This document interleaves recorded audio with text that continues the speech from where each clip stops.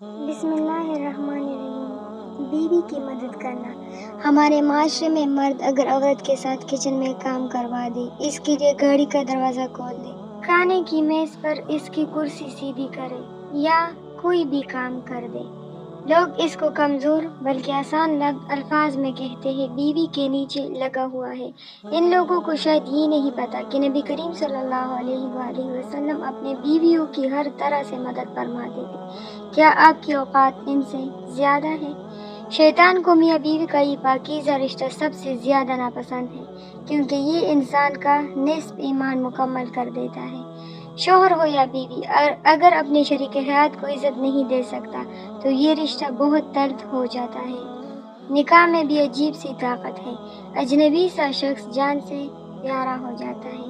سچی محبت تو یہ ہوتی ہے کہ غلطی نہ ہوتے ہوئے بھی اپنی شریک حیات کو منانے میں پہل کر لی جائے۔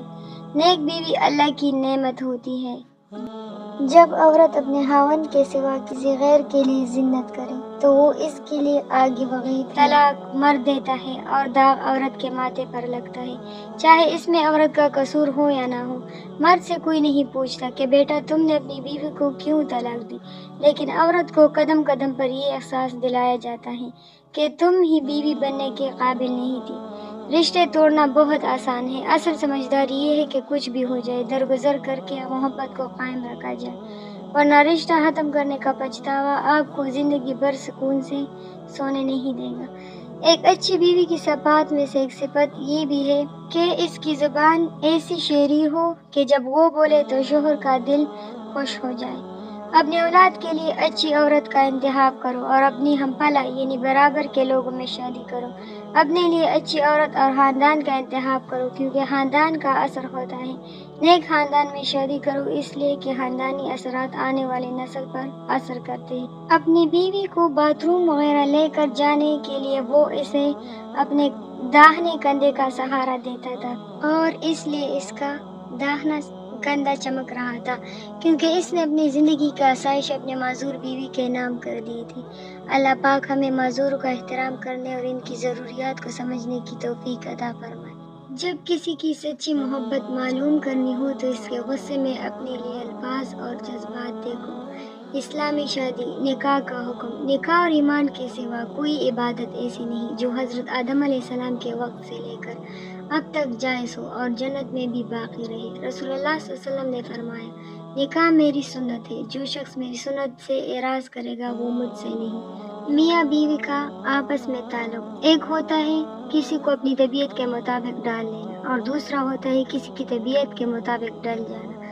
ان دونوں پہلوؤں میں انداز نرمی اور محبت والا ہو تو تب ہی طبیعتوں میں تبدیلی آتی ہے، ورنہ جھگڑوں کے سوا کچھ حاصل نہیں ہوتا۔ مرد کو اس کی بیوی سے بڑھ کر چاہنے اور خیال رکھنے والا کوئی نہیں ہو سکتا، اور عورت سے سچی محبت صرف اس کا شوہر ہی کر سکتا ہے، کوئی غیر مرد نہیں۔ بہو بیمار ہوئی تو پکا کر کون دے گا، میکے بیچ دیا۔ حاملہ ہوئی تو سارا کام کرتی رہی اور زیادہ طبیعت بگڑی تو میکے بیچ دیا۔ بچہ ہوا تو کیس کون کروائے گا، میکے کی ذمہ داری ہے۔ اور درس دینے آ جاتے ہیں، ساس سسر کو ماں باپ سمجھو اور نندوں کو بہن جیسا پیار دو، کس بنا پر آئے؟ سسرال والے کے اکثر کہتے ہیں کہ ہماری بہو تو ہماری بیٹی جیسی ہے، بیٹی جیسی۔ اگر یہ جیسی لفظ ختم کر کے صرف بیٹی مان لینا تو نہ کبھی جھگڑے لڑائی ہوں گی اور نہ کوئی بہو اپنے سسرال کو برا سمجھے گی۔ بیوی بھی اللہ کی ایک خاص نعمت ہے جو ناراض ہونے کے باوجود خود بھوکی سو جاتی ہے، مگر خاوند کے لیے کھانا پکا کر ہی سوتی ہے۔